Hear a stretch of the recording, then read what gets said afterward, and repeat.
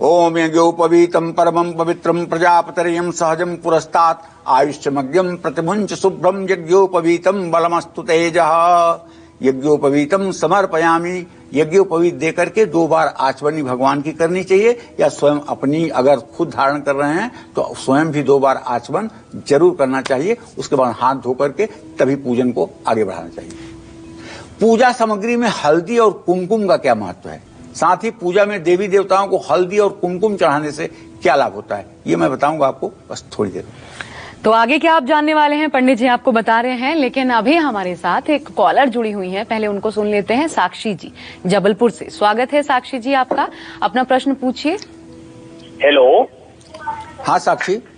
हाँ, मैं गोरखपुर से साक्षी पिता राकेश। दूसरा, माता पिता से जो प्यार होना चाहिए बच्चों का वो डेवलप नहीं होता, आज की डेट में वो सही है या नहीं?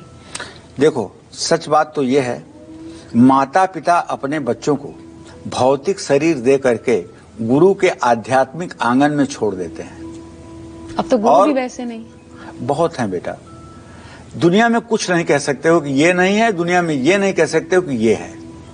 आज भी गुरुकुल हैं, अच्छे गुरुकुल हैं। उस समय भी जब भगवान कृष्ण थे, गुरुकुल भी था और एडेड विद्यालय भी था। संदीपन का जो आश्रम था वो गुरुकुल था, और द्रोणाचार्य का जो विद्यालय था वो एडेड विद्यालय था। उसमें हस्तिनापुर से तनख्वाह आती थी द्रोणाचार्य को, वो एडेड था।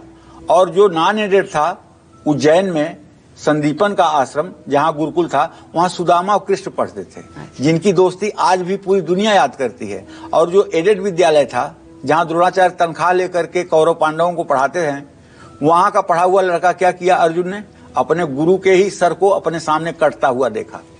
सात्यकी ने जब द्रोणाचार्य का गर्दन काटा तो अर्जुन को क्या करना चाहिए था? तो गुरु के प्रति एडेड विद्यालय के बच्चों का ये दृष्टिकोण है। और गुरुकुल के प्रति तो मरे हुए बेटे को ला करके श्री कृष्ण संदीपन को दे देते हैं।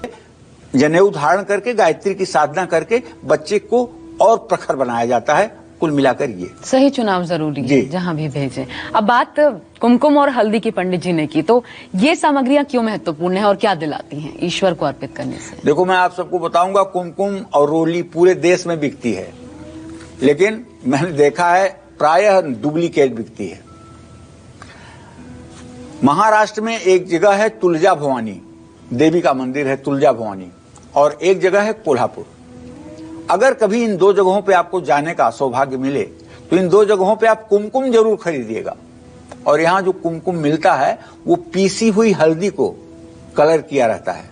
आप उसको सूंघेंगे ना तो उसमें हल्दी की गंध आपको दिखाई देगी, और वो इतना अच्छा चंदन होता है, इतना अच्छा चंदन होता है, इतनी पॉजिटिविटी लाता है जिसकी कोई हद नहीं। उसमें कोई केमिकल नहीं मिला होता है, और वो कहीं नित्य धारण करने पर भी किसी प्रकार का निशान नहीं छोड़ता है।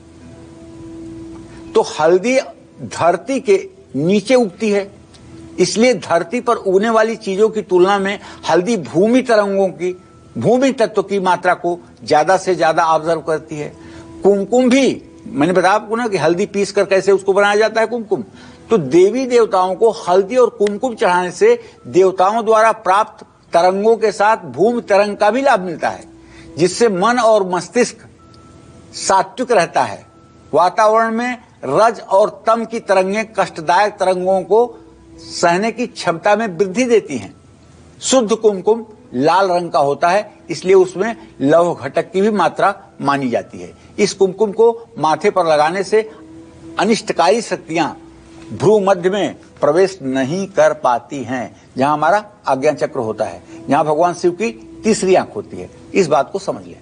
और इसलिए पहले महिलाएं कुमकुम लगाती थी, अब तो बिंदी का चलन चल गया है। बहरहाल इसका महत्व क्या है आपने पंडित जी से जाना, लेकिन पूजा का सिंदूर, पूजा का तिलक, पूजा का इत्र, पूजा के फूल, पूजा के अक्षत और बाकी पूजा सामग्रियों से कैसे मिलेगा पूजा का पूरा फल, ये भी बताएंगे आपको पंडित जी। लेकिन एक छोटे से ब्रेक के बाद आप बने रहिए हमारे साथ, देखते रहिए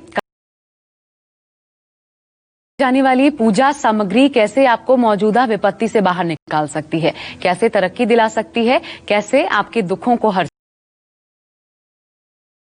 कैसे आपके भविष्य को निखार सकती है, यही बता रहे हैं